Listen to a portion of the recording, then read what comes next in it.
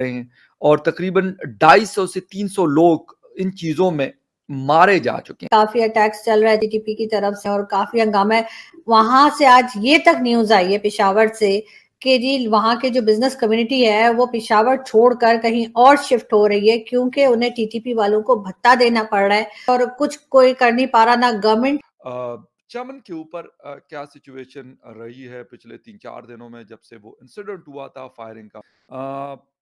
वहाँ पे जो ऑफ़िशियल ज़राए हैं, वो कह रहे हैं कि जी 2 लोगों की जानें गई हैं, लेकिन जो कुछ वहाँ पे मौजूद और लोग हैं अफ़गानिस्तान साइड के, वो कह रहे हैं कि जी 3 तालिबान और 12 एफसी के एहलकारों की जानें गई हैं इस इंसिडेंट में।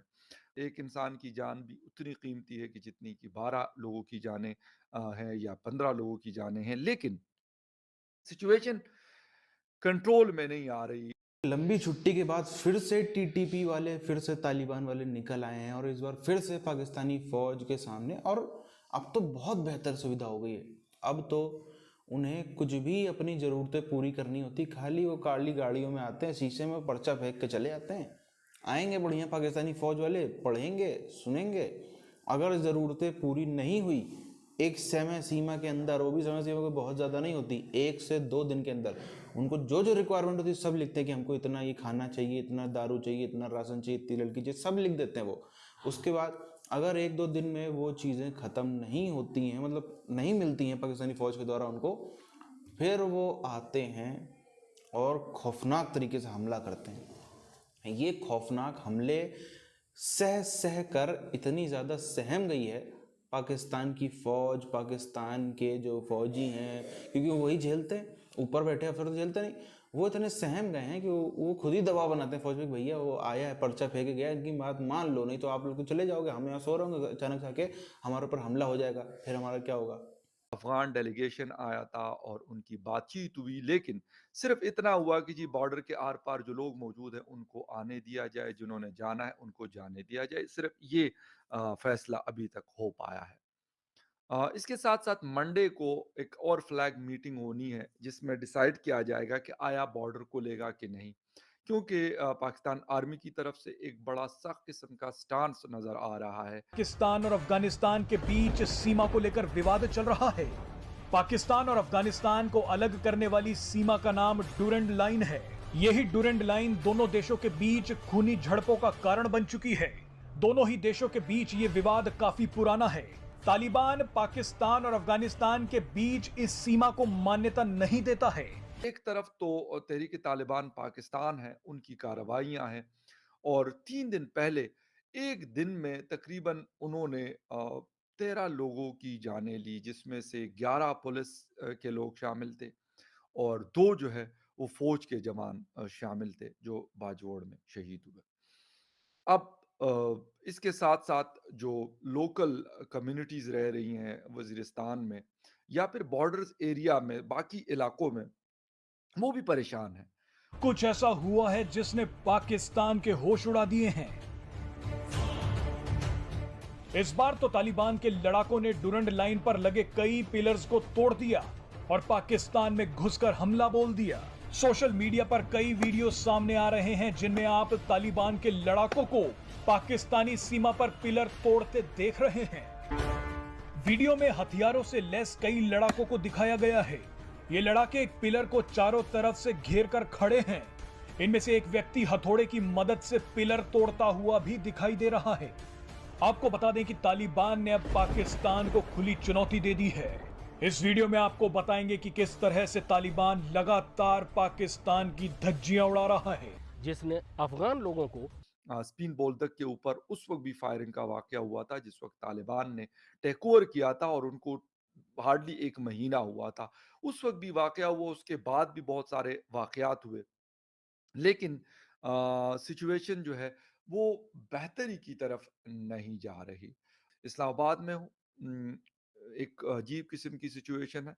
पहले हमें नज़र नहीं आता था, लेकिन अब चलते हुए अगर आप फ़ोन पे बात करें तो आपका फ़ोन कोई बाइक वाला आएगा और आपका उड़ा के ले जाएगा। सेम सिचुएशन पेशावर में बहुत ज़्यादा इंसिडेंट्स इस किस्म के हो रहे हैं, किडनैपिंग के हो रहे हैं और तकरीबन 250 से 300 लोग इन चीज़ों में मारे जा चुके हैं।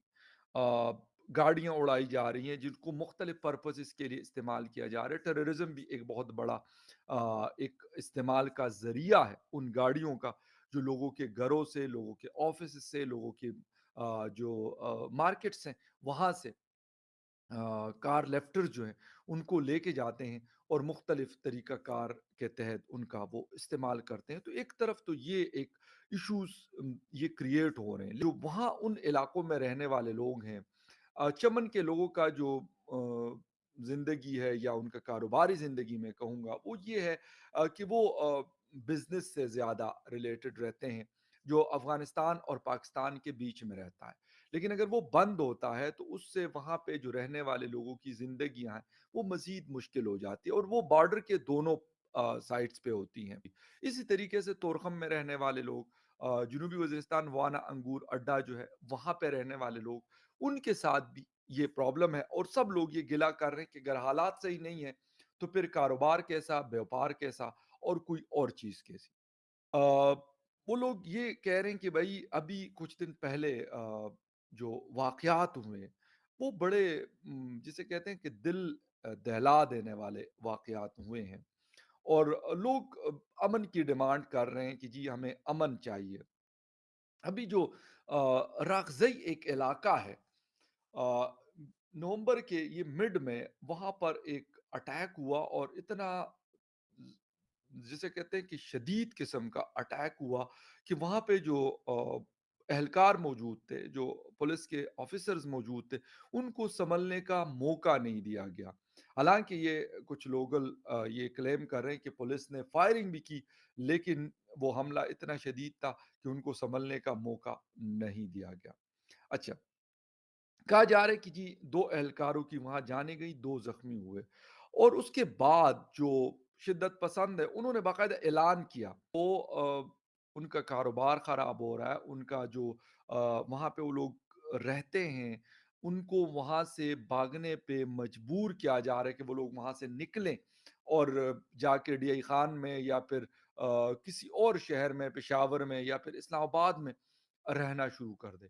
ऑलरेडी उन शहरों के ऊपर भी एक काफ़ी ज़्यादा बर्डन जो है वो नज़र आता है और बहुत सारे सोशल जो इश्यूज़ हैं वो भी क्रिएट हो रहे हैं। ये 7-8 महीने पहले की खबर हुआ करती थी कि जो टीटीपी वाले आते हैं, अफ़गानिस्तान के साइड से आते हैं और इधर अपना जो है जो भी तोड़ फोड़ मचा करके, जो भी लूट मार करके तोड़ फोड़ मचाते क्या हैं, ये भी नॉलेज समझने वाली बात है।